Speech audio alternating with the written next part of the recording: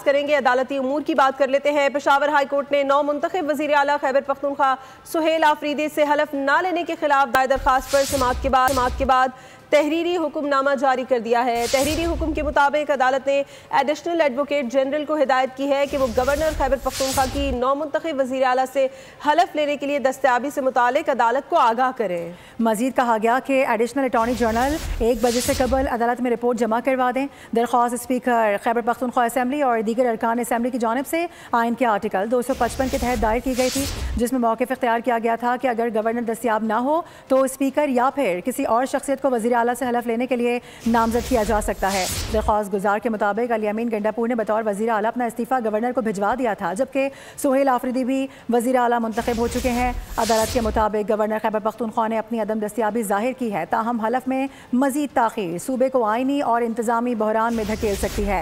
Additional attorney general ने अदालत को बताया कि आइन के तहत इस वक्त मुतबादिल हलफ नहीं हो सकता, क्योंकि गवर्नर पाकिस्तान में मौजूद नहीं है और वो 15 अक्टूबर तक दस्तयाब होंगे।